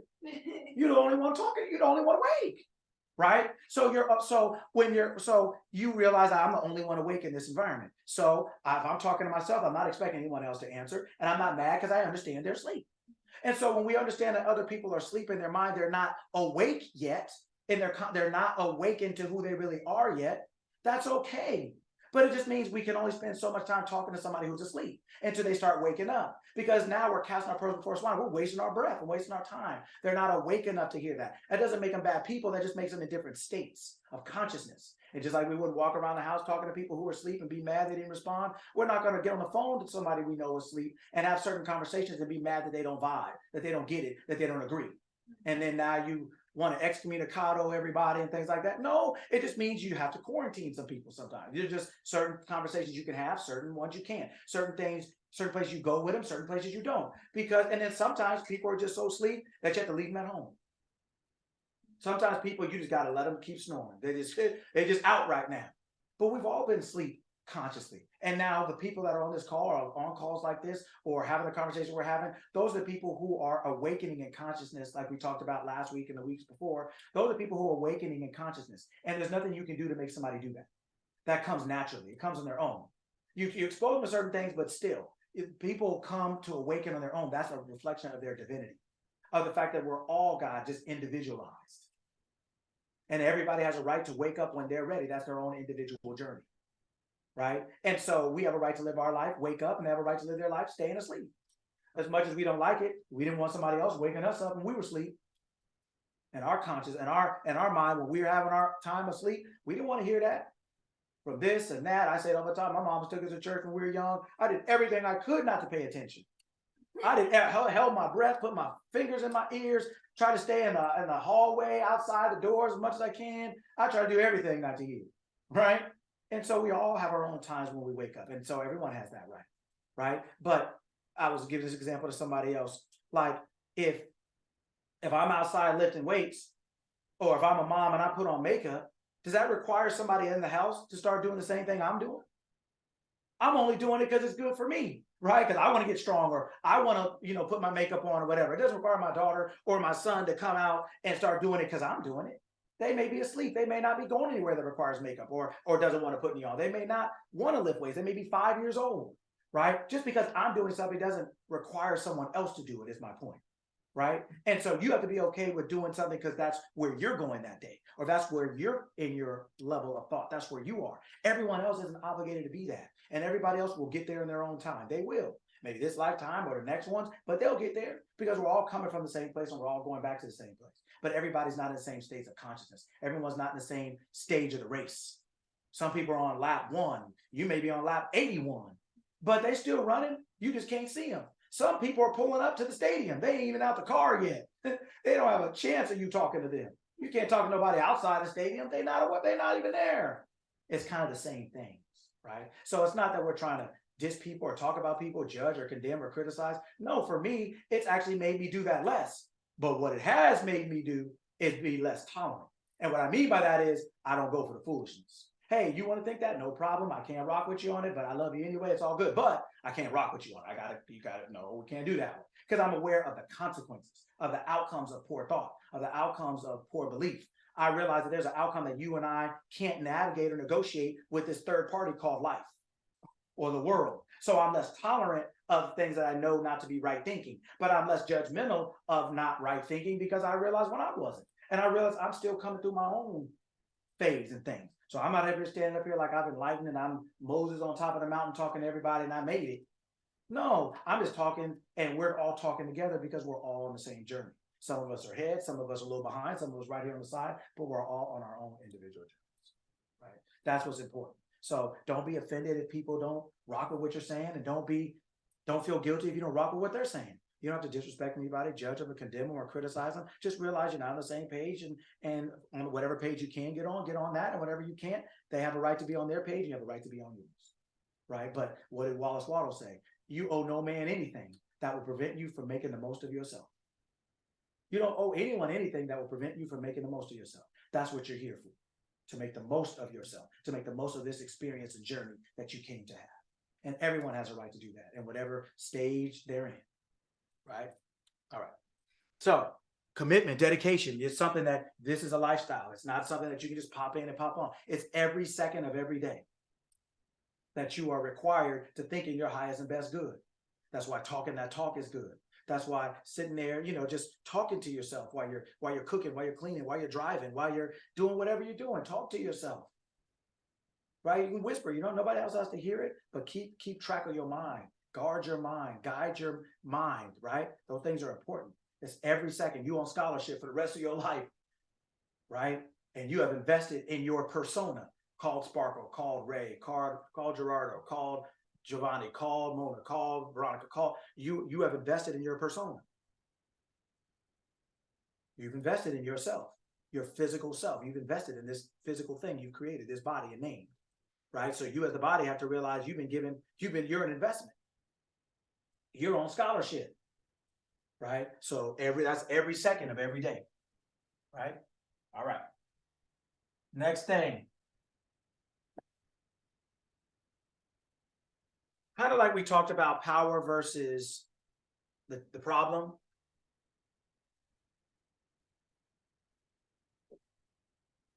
What we see and how we see it.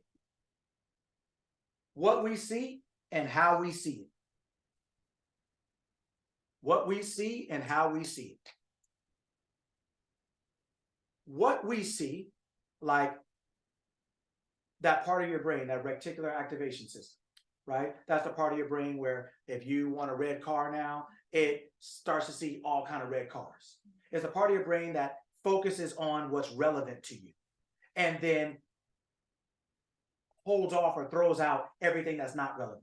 So your mind is not thinking about everything. It's not processing all the information that it could possibly process. It only processes the information that it needs to process through the filter of relevance, meaning what you are thinking about, being about, are about, whatever's relevant to you.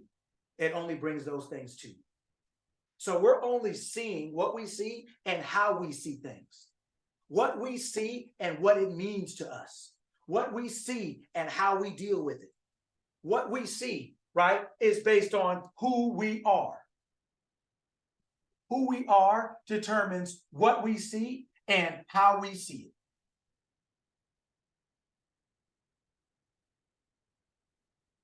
Who we are determines what we see and how we see it. Because we're only seeing the things, we don't see everything. We only see the things that are meaningful in our lives. We only see the things through that reticular activation system, through our identity. So it's basically who we are determines our experience. Correct. It's creating our experience. In the sense of it is God, like what time, who you are determines, right? Right? Who we are, right, determines how we drive. Go on a freeway later. Everybody get in the car sometime today and look around at people driving. Everybody's driving because they're right next to you. Look at how many different ways people drive. Everybody's driving, but who we are determines our experience because it's creating our experience. It's what makes us do what we do, not do what we do, say what we say, not say what we say, whatever else it is, right? Who we are is creating our experience, meaning it is shifting us to all the parking spaces. Who we are determines where we park. Who we are determines when we got in the parking lot. First thing in the morning, I'm like a first thing in the morning. I want to get to Target first. I want to get to Walmart or the mall or whatever store I'm going. I want to get there first. I like to get there first when there's not a whole lot of people breathing on stuff, touching stuff. There ain't a whole lot of people hitting your car. A whole lot of kids taking your legs out because their parents not watching them. A whole lot of people just, I like to get there early where I can look at all the stuff on the shelf and a whole lot of people breathing on you, coughing by you, walking in front of you, not saying excuse me. See, I like to get places early, but that's me. That's me. There are other people, they like to sleep in till 10, 11 o'clock and get to Walmart where there's a whole long line, Target where there's a whole long, see, that drives me crazy. I can't do it. I just can't do it. This is just, see, I almost threw the marker because that was close to being upset about it. Didn't even happen today, but I'm still almost upset. Right? So who we are is determining our life. It's showing us, okay, you're this. Okay, here, this is your match. This is your match. This is your match. These are all the physical reflections of who you are. Right? So who we are is what's creating what we see and how we see it. That's kind of like the problem and the power. We have to be mindful of who we are because that's what determining what we do, what we see, and how we see it. So everyone doesn't see things the same way. That's why, because we're all different, even though we're talking about the same thing. Everyone has a different relationship with this thing. Right? All of us are people. but we all have different people in our lives that know us. So even though they're all talking about us, they're all going to talk about us differently because they have different relationships with us. They see us differently. We have different experiences with each person in our lives. Even though we're still the same person, but we have different relationships with everyone. And it's the same thing, right? Who we are is determining what life we lead. It's determining what we see, where we're guided in life. And that's what we see and how we see. So we have to be mindful of who am I? When I say the name Sparkle, when I say the name Giovanni, when I say the name Ray, when I say all these things, what does that name mean? What does your name mean to you? What is the standard that's attached to your name? What is the standard? When you say that name, what does it mean? When I say Nike, does anybody think of fishing? Does anybody think of an apartment building? Right? No, everybody thinks of some form of athletic equipment, right? So when you say your name, what do you think of? When you say that name, what does it mean? What is the standard of that name? What does it mean? A lot of people have names, they have no standard for their names. They one day they're doing this, next day they're doing that, next day they have no standard. When you say Harvard, like it or not, you know what it is. If you say Harvard and your son or daughter got a C+ average and they talk about Harvard, you're gonna be like, let's maybe think about some different options. Because C+ and Harvard don't go together, right? And it's the same thing. When your name is Harvard, when your name is Ray or Giovanni or whatever else it is, right? Then it's like Harvard. There should be a standard so that people who deal with you know whether a C+ is going to work or not. Whether what they can talk to you about or not, what they can whine about or not. You have to have a standard for yourself. What is that? I said last week, most people don't mind being late and wasting time because their time's not valuable. But that's because they're not valuable to themselves. They don't value their time because they don't value themselves. I said this, I put this out this week. I don't know where I put it out because I don't put the things out. I just asked them to be put out on my behalf. But I said this thing. I said, most people are likable, but most people are not valuable. As humans, we all have inherent value. But as personas, as people, it's based on our performance. Most people are likable. They are able to be liked. But most people are not value able. They're not able to be valued. They don't have traits and characteristics that say, if I want success, I need this person with me. If I want to win, I need this person with me. If I want to do well in life, I need this person with me. Most people are not valuable. They're not able to be valued. They don't have the skills, the traits, the characters, the disciplines, the commitments, the dedication, the mind, they don't have the things that increase value, that make them able to be valued. They're likable. Hey girl, how you doing? Oh, good, you want to hang out? Nah, girl, but it's good to see you. Yeah, it may be good to see you, but you don't really want to rock with them because every time you go out, they don't really have the money, but they want you to buy it. Oh, girl, spot me on this one. You always got your friends. You always got the homies who want to go out. Oh, bro, can you get me that? I'm gonna get you when I'm gonna get you later. I'm good for it. Man, you've been good for it so long, I ain't never got it. You've been so, you know what? I'd rather you be bad for it and give it to me now than good for it and I never get it. Now they got me upset. I tried to avoid it. I lasted for an hour and 40 minutes, but it got to me that time. Because there are people still owe me some money. Mom, not now. I got time. I'm in an emotional state. I'm emotional right now. You're not helping. All right. So, right. Most people, right, are likable. You like them as people. They're not bad people, but they're not valuable. They have not conditioned themselves with disciplines and traits and characteristics that make you want them, that make you need them, that make you can't do without them. If you look at it, like take a look. Okay, homework number one. I want you to look at every person in your life. And we're not judging. Don't tell them this is your own list and write it down and burn it. You ain't talking about nobody. We're not judging anybody. But I want you to take an honest, because this is ultimately all for you. I want you to sit down and write a list down of everybody in your life that's meaningful to you. And write down and be honest and say, are they likable or valuable? Now, your kids are both because they're your kids. But I want you to think about it. Are they valuable to someone else? If you dropped them off at somebody else's house, would they be a benefit to that house? I want you to actually place value. There you go, place value. I want you to actually, because your kids are going to one day be adults. And all those people you know right now that are adults that on this list, you would not mark as valuable, they were once kids.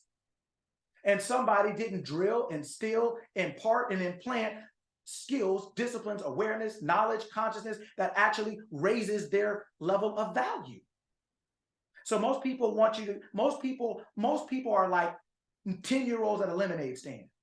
You ain't buying it because it's country made or because it's some kind of world beating lemonade. You buying it because they out there hustling and you just want to support the effort. But the lemonade ain't really like that. Most people are like 10-year-olds at a lemonade stand. You just helping them because you want to support the hustle and them as people, but they're not really like that. That lemonade ain't that good. It ain't that valuable. They're not really like that. They're not valuable. They're not able to be valued as far as providing real value to your life. That you can call and say, hey, I need some help. Hey, can you give me some advice? Hey, can you give me some? Most people have not been conditioned to be that way. So then everything is like, oh, you don't like me. You don't like me no more. We're not cool no more. We're not look, like and cool is good after the fact, not before. Right now, we got to get through this and that and this and that. And I need you to help me with this, that, this, and that. Then we can like it and be cool. Right? So value. I want you to write down and sit down and say, wait a minute, who's likable that I'm around and who's actually valuable? Who do I actually value? Like when I call them, I'm calling them for a reason. Not like I'm just calling because, young kids watch cartoons. Adults just get on the phone and waste time. Kids just watch cartoons and waste time. You watch some stuff or call somebody ain't gonna do nothing to you, nothing for you. You just out here wasting time running your mouth. It's like the kids over here running their eyeballs at the screen.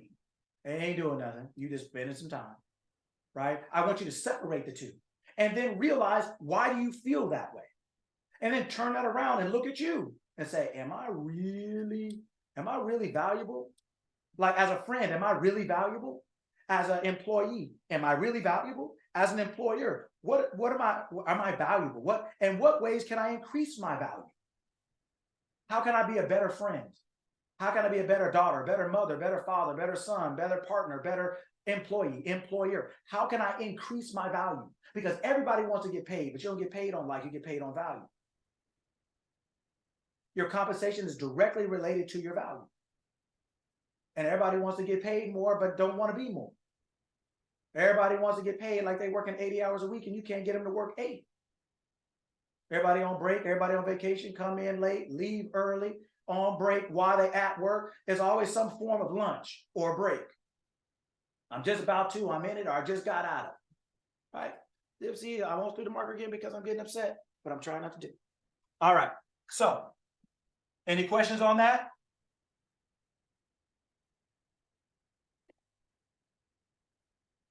Increase your value. Increase your value. Think about who you are, what you want to be, and increase your value. Can you read more? Can you listen to more things? Can you walk more, get more exercise for yourself? What can you do to increase your value, to make you a better you? So that when you give yourself to the world, whether it's your family, your friends, your household, your whatever else, how can you give more? How can you be more valuable? If you want to be more valued. Everybody wants to be valued without actually being valuable. Everybody wants to be compensated without actually being compensatable. You can't. For what? You're not making me no money. You're just pushing the cash register. 8th grader could do that. Right? So I want you to make that list of all the people around you and say likable or valuable. And then sit down and think about why they're one or the other. And then turn that around and look at yourself. And say, am I likable or valuable? And maybe as a friend, as a daughter, or as a child to your parents, or as a friend, or as a partner, or and what makes me valuable? And how can I increase my value? The more value you have, the more people will be looking for you. the more people they got to have you. They don't even have to like you. They just got to have, they need you. Because when they think of this, when they think of success or health or wealth or prosperity or good advice or support, they think of you. That's value. There's a whole lot of people we like that we wouldn't call. I know a whole lot of people that I like that I wouldn't call. Not unless it's just a laugh. Right? Stuff like that, right? Okay.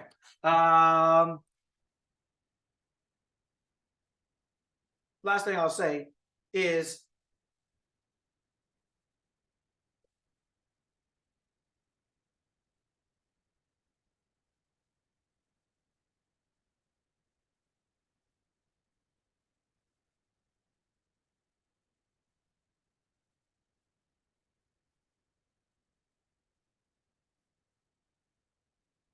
it gets better. It gets easier. It just takes practice. It gets better, it gets easier. It doesn't mean it's like life. You never end. It's never over. Right? Until it's over. It's never over until it's over. So this doesn't mean that you made it or that you're going to make it to some divine spot where that's it. But it does get better and it does get easier. You get better at learning how to think. Just like you get better after doing push-ups, you get better after doing your times tables, you get better at learning how to get to this new job, you start learning how to get there easier and take shortcuts. You get better at anything you repeat or you repeatedly do. It does get better. It does get easier. It's not saying that this is a hardship or that it's not worth it. It's just, it can be very challenging because it's very simple.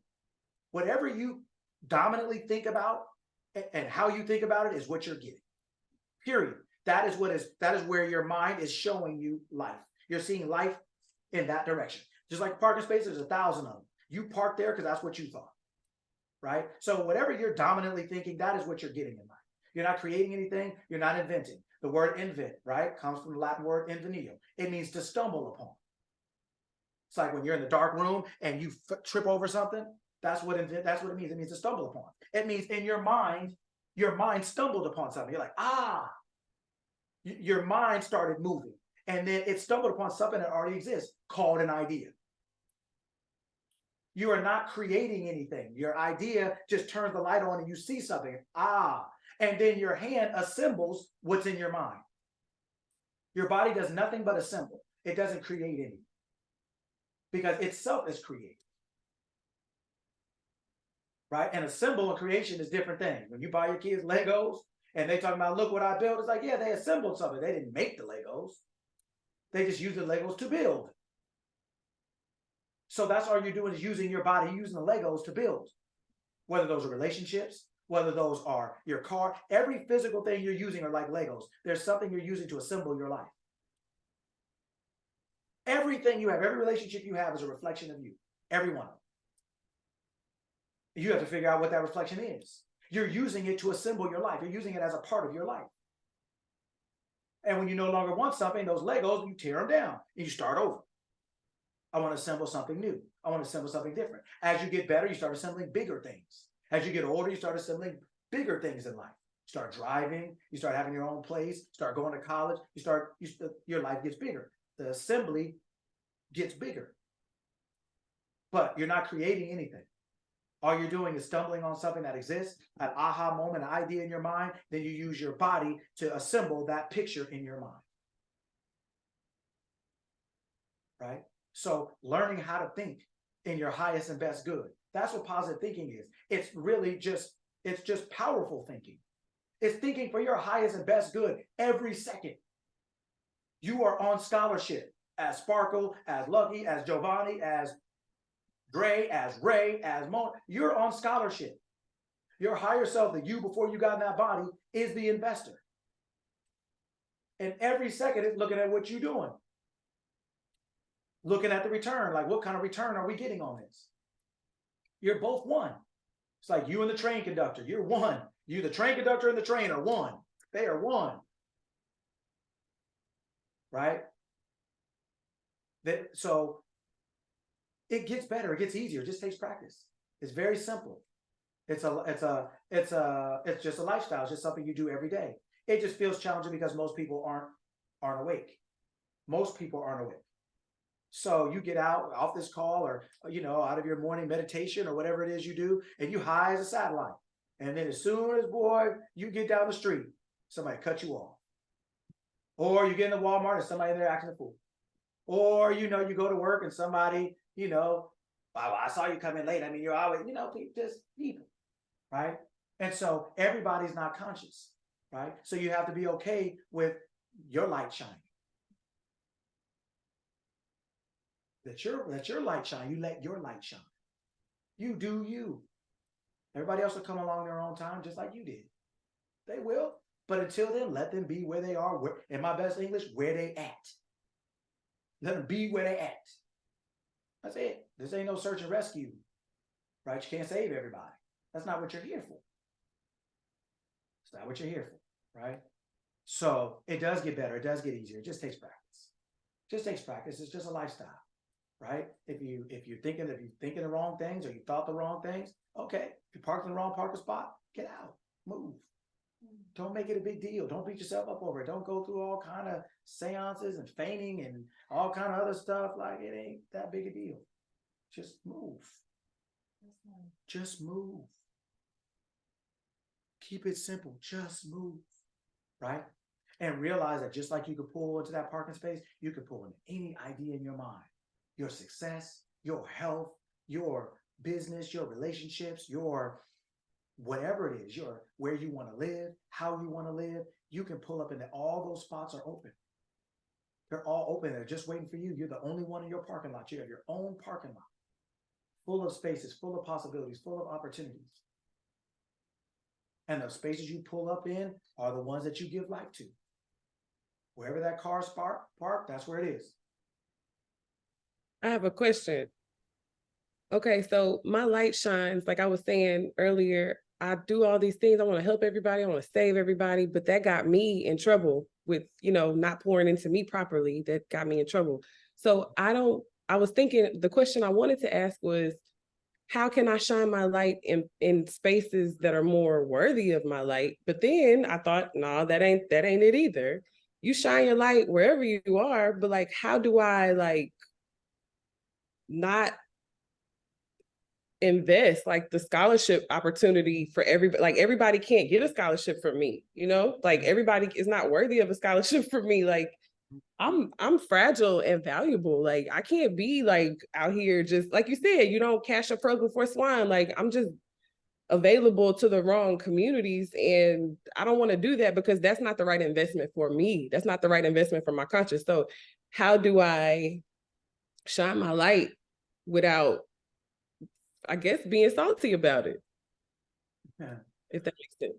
But I was talking to my brother one day, right? And he said, yeah, I opened the door for this lady and she didn't say thank you. And I was like, well, why are you telling me? He's like, man, what'd you think about that? I was like, did she ask you to open the door? No. Whose idea was it? Mine. So what you mad about? Right? And then he's like, well, don't you think she should have? I said, yeah. I said, but the fact that she didn't just let you know where she is. If she's not conscious enough, intelligent enough, mature enough, aware enough to be grateful that somebody took the time to open their door, do you think you're the only person she shows that to? Do you think she's living a good life with that type of thinking? So then why are you making it personal like it's about you? Did she hold a gun to your head and make you open the door? Wasn't it your idea? You're mad at her about your own idea. Okay, I hear you. Okay, I hear you. So when you're in a public space or wherever, and you're just being you're just being, not necessarily opening the door for someone, but you're just like right now, let's just use this community as an example. I'm going to talk. I'm going to ask questions. I'm going to be the bubbly personality that I am. When others feel like, man, why she won't shut the hell up? Man, why she, and they express that and they're like, man, she always, like just bringing that negative energy. That's not necessarily an attack at me, but it's just like, well, do I continue bringing my light to communities like that? I guess that's kind of more or less like where I'm coming from. And so, yeah. And so I gave you that example to say this. Number one, right? It says, let your light shine. So that means as long as you're allowing your light to shine, it shines. And sometimes the best and the only thing you can be is an example. Sometimes you just have to like when the sun comes up, eventually it wakes everyone up just because it keeps peering through the window. It didn't have to say anything. It just keeps peering through the window. And so you don't sleep the same in daylight generally as you do at nighttime, right? So the light is going to eventually get to everybody. It just does by its mere presence consistently and constantly, number one. Number two, never make the assumption that people, I'm going to say it this way. I'm not saying you do or you don't, but I'm going to say it this way. Never make the assumption that people think you talk too much or that they have a problem with what you say. That's just an assumption. And all you're going to do is literally see that. And the reason you're seeing it now, if you are, or to whatever extent or degree you are, is because that's just an assumption being played out. You're assuming that people think you talk too much or this or that. Yeah, they tell you, but all it does is reinforce the assumption. People could also tell you that you're great. People could also tell you, like, why can't you say something to yourself like, you know what, man, people always are happy to hear from me. People love to hear what I have to say. When people listen before I even start talking, they just think I'm talking. People think I have to tell myself, I better tell myself before I get on here. Like, hey, so, or if I'm coaching somebody, because you never know where people are coming from. So if I wait to see what you say, then I might have to live with what you think. I'd rather live with what I think. So when I go in here talking, you know what? I always speak clearly and I'm always understood clearly. I always give people everything they need when they come here. I don't know what you need or Ray needs or Dre needs or Karen needs or Giovanni. I don't know what you guys go through day to day, so to speak. But my whole intention is that I always give whatever is good and necessary for everyone. Right? That I set my own intention on my interactions, whether it be with one person, 10 people, or with my day. Right? So when you set the assumptions, what does it say? As a mind thinks, so is it. So when you're thinking that everybody is going to be contrary to what you say, bothered by what you say, or that you're going to be alienated because of what you say, or you're going to be exhausted because of what you do, no, create a new concept of yourself. Right? I'm always well loved, respected, and received. People love to hear what I have to say. I'm always well supported and supportive. And I'm always in the right place at the right time, doing, saying, thinking, and feeling the right things. You know, like you change your concept of yourself and in relation to these type of experiences. And then your mind now says, oh, she thinks everybody, I'm just using it, she thinks everybody loves her. Boom, let's turn her to a place where that's true. Let's go to a different parking space. Right? It's all available. They're sitting right there. But if you keep parking in the same one, you're going to keep seeing the same perspective. Right? And every day when you pull up, right, and you keep parking in the same spot, you don't expect anything to change. That's why most people love their own parking spot, because they know what they're gonna get every time. But if you don't like that parking spot, then change it. Right? And now everybody loves what you have to say. Your light is always shining. You're always loved, respected, and revered. People are always asking you how you know what you know. They always love to get advice and information and perspective from you. They always love to hear your opinion. It's that is as a mind thinks, so is it. That is death and life and the power of the tongue. Those that love it eat the fruit thereof. I'm here for it. Right. I actually, as you were speaking, I was thinking about the communities where those things have happened, where those comments have happened. And then I thought about the other communities where the positive feedback is just more, I don't live for your feedback, right? Right. It does compute, if you will. Yes. Feedback computes. But Yes. I have processed that everything you said, as far as my intention, my motive, is in alignment. So I'm not going to shut up. I'm going to continue speaking. I'm going to continue sharing, because this is a gift that I have. I have to pour this gift. And so I'm here for it. I appreciate it. Thank you. Yes. No, great question. Thank you. It's always good for everybody. Don't you ever forget to shine your light with a name called Sparkle. That's it. That's embarrassing. And you gotta cut the light off and it's sparkling. How you do that? People get their hand blown off trying to hold fireworks. Say that, Coach. That's Let it. her know. That's it. See, now you upset two people, Giovanni and myself. You know, got two people mad. See, you're influential. You're influential. That's it. You're influential. That's it. All right, good work. Anything anybody else wanted to say? It's 9. I want to respect everyone's time. Any questions anybody else had? Anything they wanted to say? Anything like that? I just want to say thank you. You are always connecting the dots, and today was super, super fire. Oh, thank you. It's my pleasure. Thank you for coming. It's always good to have you. Thank you. I too enjoy it here. As I said, I stumbled across it several months ago, and I said, oh, I got to tune back into that. And then I tuned back into that some months later. And you know, saying you are awesome is one thing, but I like to say you're necessary, and I love your homework assignments. Oh, thank you. I appreciate it. Good, because everybody doesn't like them. And there's a couple people out here going to be in detention probably in about a week or two because they've not been doing their homework. But no, but thank you so much. I appreciate it. Thank you for coming back. Awesome. All right. Well, hey, I appreciate all of you. Have a great week. Make sure you do that homework assignment, right? Get a, you know, a couple people. It doesn't have to be 1,000 people, but get some people that are really, you know, close to you, friends, family, whatever, and be honest. Put them in the likable, put them in the valuable. Why are they likable only? Why are they valuable instead? And then so you get a chance to really see what you value about people. It'll really give you an insight into yourself. Why do I like this person? Like, what about them is it actually that I like? Or what about them is it that I actually value? It'll give you a better insight into really where you are in your mind and what's valuable to you in this point in life, because we're all growing, we're all changing, and things are changing all the time as we grow and learn more and things like that. So do that, and then make that about yourself. Okay, well then what is likable about me, what's valuable about me, and how can I increase both? Ain't nothing wrong being likable. My grandmother said all the time, and she was a very wealthy woman, she said a lot of the things that she got was because she was likable. People liked to give her things. She was pleasant. She was likable. And so she inherited a lot of property from family members that could have went to her sisters or brothers, and they went to her instead because of her decorum.